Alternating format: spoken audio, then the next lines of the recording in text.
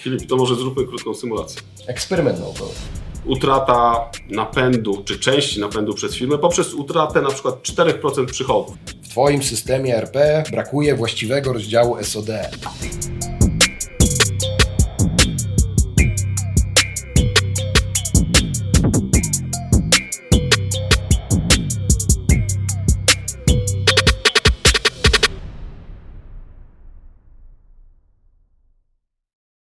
Cześć, tu Filip, a to jest mój kolega Andrzej.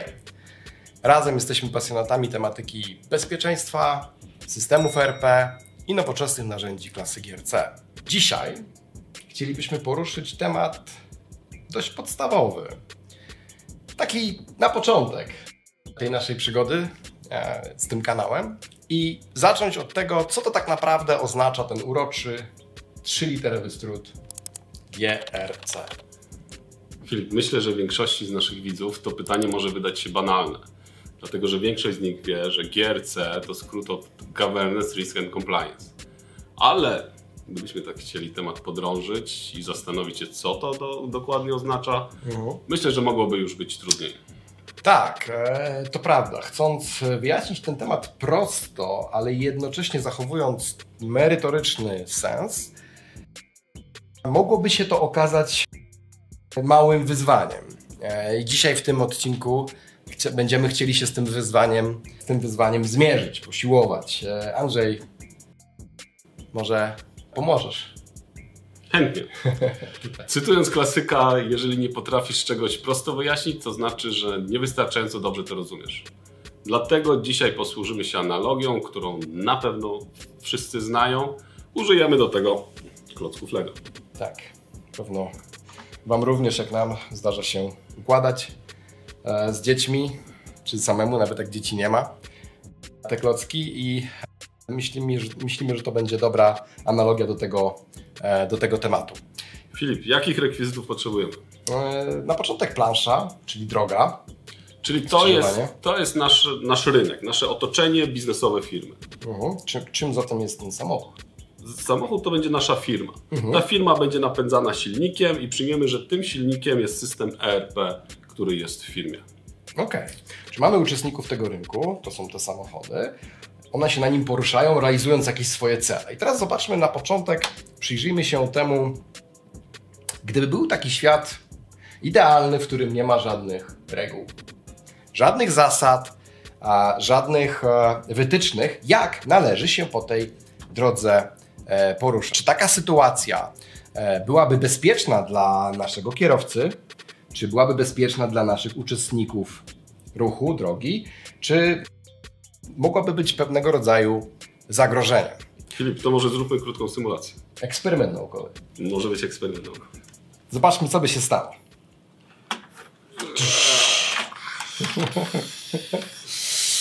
No właśnie, tak jak to właśnie udowodniliśmy, na tym eksperymencie naukowym taki świat, taki rynek, w którym nie ma żadnych reguł i zasad postępowania, nie byłby dobrym środowiskiem do działania. Mogłoby to się skończyć bardzo niebezpiecznie.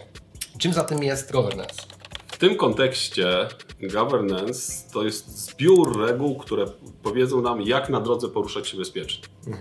I te reguły to m.in. to, że w Polsce jeździmy prawą stroną, w Wielkiej Brytanii lewą. Oprócz tego mamy znaki poziome, tak jak linie przerywane, przejścia dla pieszych, a mamy także znaki pionowe, czyli dobrze wszystkim znane światła, czy ograniczenia prędkości. Tutaj mamy 50, jak to u nas w terenie zabudowanym. Mamy też takie znaki, które oznaczają przejścia dla pieszych. To są te wszystkie znaki czy reguły, którym uczestnicy ruchu muszą podlegać i które narzucone są z zewnątrz. Oprócz tego każdy uczestnik ruchu, czyli każda firma, może wdrożyć własne polityki i procedury czy reguły, które będą specyficzne dla tej firmy. I te reguły mogą obejmować rejestrator prędkości, rejestrator położenia, czy po prostu wideorejestrator, który pokazuje, jak wyglądał przebieg naszej trasy i zagrożenia, które spotykaliśmy po drodze. Co więcej, ostatnio bardzo modny temat, to znaczy uczestnik ruchu, czyli firma, może zdecydować na przykład o normach emisji, którym będą podlegały samochody, czy też wykorzystywane przez tą firmę. I stosować na przykład rodzaj paliwa, który ma znacznie ostrzejsze normy emisji niż narzucone przez regulatora. Okej, czyli wiemy już, co to jest governance. I dzięki, Andrzej, za przedstawienie tego. Zastanówmy się zatem, co to jest ta druga literka z tego 3-literowego skrótu, czyli zarządzanie ryzykiem. Zarządzanie ryzykiem to tak jak ten kierowca, który na tej drodze realizuje cel w postaci, próbuje dotrzeć do określonego punktu docelowego, tak samo firmy chcą realizować określone cele biznesowe. W trakcie tej podróży, podczas tej podróży czy przed jej rozpoczęciem pojawiają się pewne zagrożenia, jak również szanse. Takim zagrożeniem może być na przykład dziurawa droga, która pojawia się na naszej trasie. Takim zagrożeniem może być na przykład korek, który uniemożliwia nam poruszanie się. Takim zagrożeniem może być w końcu zator drogowy, który powoduje, że zamiast realizować zaplanowany, przyjęty cel, my stoimy i czekamy, aż zator zniknie, tak? Zostanie usunięty. To są te zagrożenia podczas tej podróży tym samochodem. Są też szanse. Może na drodze pojawić się na przykład pasażer, który zatrzyma nas i zapyta, czy nie mógłby się dołączyć do naszej podróży, wspólnie z nami ją realizować, a w efekcie coś nie chce nam się, przesuń się trochę, a w efekcie wpłynąć na obniżenie kosztów realizacji tej podróży. Takie sytuacje są szansami. To są takie momenty, kiedy firma wykorzystuje dodatkowy potencjał, żeby na przykład uzyskać dodatkową oszczędność. I teraz to są ryzyka, które pojawiają się w trakcie tej naszej podróży. To są też te zagrożenia i szanse. Zarządzanie tym ryzykiem to jest to, co realizuje ten kierowca poprzez dostępny system i komputer pokładowy. Patrząc przez szybę samochodu, stara się zidentyfikować te zagrożenia na drodze, te zatory, po to, aby wpłynąć na decyzję managementu firmy i na przykład skorygować przyjęty kierunek, wybrać alternatywną drogę, podjąć inną decyzję. Tak? Czyli to zarządzanie ryzykiem jest dostarczanie informacji naszym decydentom, menadżerom, zarządowi o tym, jakie są bieżące warunki na tej naszej drodze, po to, aby ten zarząd i to kierownictwo mogło podjąć lepszą decyzję w efekcie, nie narażając się na te zagrożenia i docierając skutecznie do naszego celu. Wiemy, co to jest governance, wiemy, co to jest zatem zarządzanie ryzykiem, co to zatem jest to compliance. W tym kontekście, który podałeś, compliance tak naprawdę to jest nasza refleksja, czy pytanie, czy i jak zamierzamy przestrzegać ustalonych reguł. Mogą to być te reguły zewnętrzne, czyli na przykład to ograniczenie prędkości, mogą to być reguły, które narzuciliśmy sobie sami. To trzymajmy się tego przykładu z ograniczeniem prędkości. Ograniczenie prędkości, tak jak w tym przypadku, mówi o maksymalnej dopuszczalnej prędkości w terenie zabudowanym 50 na godzinę. Teraz compliance mówi o tym, czy tych reguł przestrzegamy, czy nie. Natomiast zanim dalej o tym powiemy, Filip, może najpierw powiedz w kontekście tego ograniczenia prędkości, czym jest apetyt na ryzyko. No, trzymając się tego Twojego przykładu, można by powiedzieć, że ten kierowca jadąc 50 na godzinę jedzie zgodnie z wytycznymi, które przyjęliśmy, jest compliance, jest zgodny. Tak?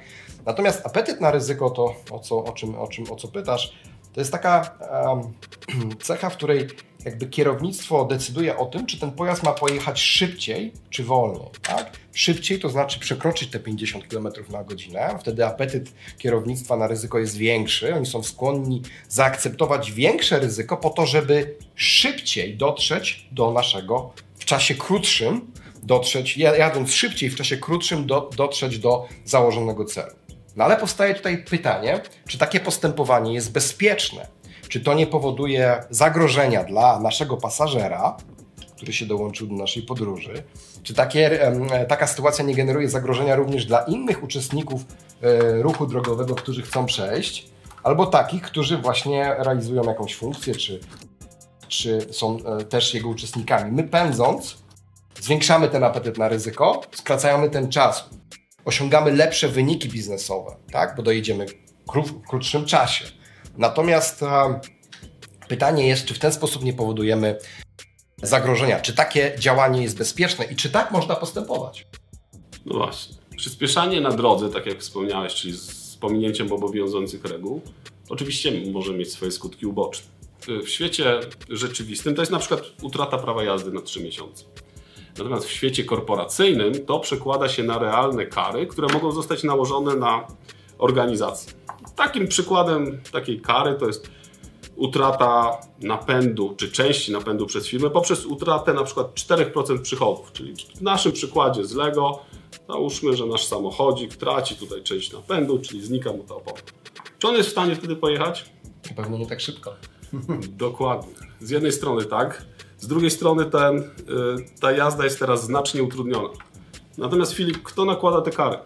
No właśnie, i to jest z jednej strony, tak jak powiedziałeś, compliance to jest funkcja, która firmy same jakby nakładają na siebie, żeby podążać za wytycznymi, ale również nie jest to całkowicie oparte na zasadzie zaufania. Jest również regulator w postaci swoich urzędników i swoich narzędzi. Jest aktywnym uczestnikiem tego rynku i wpływa na poszczególnych kierowców, powodując ich na przykład zatrzymanie i sprawdzenie do kontroli. Taką funkcję również może sprawować audyt, który sprawdza stan naszego samochodu i zatrzymuje takiego kierowcę do kontroli. No i w takiej sytuacji, Filip, jak to zrobić, żeby ustrzec się mandatu? Czyli jak kontrolować poruszanie się tego samochodu, tak żeby on bezpiecznie dotarł do zakładanego celu? No właśnie, i tutaj pojawia się potrzeba zintegrowania tych 3 perspektyw. Tych perspektywy reguł, które obowiązują, governance, perspektywy ryzyk, czyli tych zagrożeń, które się pojawiają na drodze, no i perspektywy compliance, o której mówiłeś, że tak naprawdę ja nie chcę dojechać w krótszym czasie, bo ja również chciałbym dojechać bezpiecznie i zgodnie z przepisami. I tą rolę integracyjną w tych 3 perspektywach sprawia w nowoczesnej gospodarce system klasy GRC. To on integruje te 3 perspektywy, dostarcza naszemu kierowcy informacje na temat aktualnego stanu samochodu. Jest to tak zwany komputer pokładowy, który informuje go na przykład o wyższej temperaturze oleju, czy też sytuacji, kiedy jedzie bez koła, jak mówiłeś, ten cały czas. No, utrata ciśnienia w oponie jest zdecydowanie widoczna. Tutaj włożysz, bo może mieć kłopot, że na przykład nie ma ciśnienia w tej oponie i ten system poprzez mechanizmy kontrolne, które ma wbudowane, diagnozuje w czasie rzeczywistym stan naszego silnika i dostarcza informacji kierowcy o tym, co się dzieje, co go za chwilę może spotkać. Czyli kierowca na swoim kokpicie zarządczym zobaczy cały mechanizm lampek i będzie widział, jaki jest stan poszczególnych elementów, czyli na przykład ciśnienia w naszej oponie.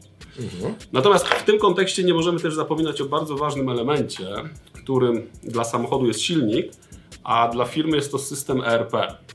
Czyli to jest ten system, który wspomaga zarządzanie naszym przedsiębiorstwem. W kontekście tego systemu tak naprawdę GRC odpowiada za takie prewencyjne i detekcyjne działania, które zapewnią nam właściwe zachowanie się samochodu na drodze. Oczywiście należy też pamiętać, że aby to wszystko poprawnie działało, najpierw ktoś musi odpowiednio wyregulować ten komputer pokładowy, o którym mówiłeś. Najlepiej, jeżeli jest to osoba, która bardzo dobrze zna realia obowiązujące na drodze. Bardzo często pojawia się taka sytuacja, kiedy ten kierowca, realizując swój cel biznesowy, zmierzając do swojego docelowego miejsca, za zatrzymywany jest do kontroli silnika i do kontroli tychże regulacji czy to przez regulatora, czy to przez audytora, który dostarcza mu całą masę użytecznych i celnych i trafnych rekomendacji w zakresie poprawy stanu jego silnika, w zakresie stanu jego ciśnienia w oponach. I robi to najczęściej językiem, którego ten kierowca rozumie. Nie rozumie dlatego, że jego priorytetem jest dotarcie, bezpieczne już ustaliliśmy, tak, do celu. Ten audytor czy regulator używa skrótów typu w Twoim systemie RP brakuje właściwego rozdziału SOD, właściwego rozdziału obowiązków. I co Ty na to? Co Ty z tym zrobisz? No i ten biedny kierowca, na szczęście ten nasz tutaj jest wyposażony w radio, więc w trakcie drogi może na radyjku zapytać o pomoc innych uczestników drogi, jeśli ktoś mu takiej pomocy udzieli, ale czy o to właściwie chodzi?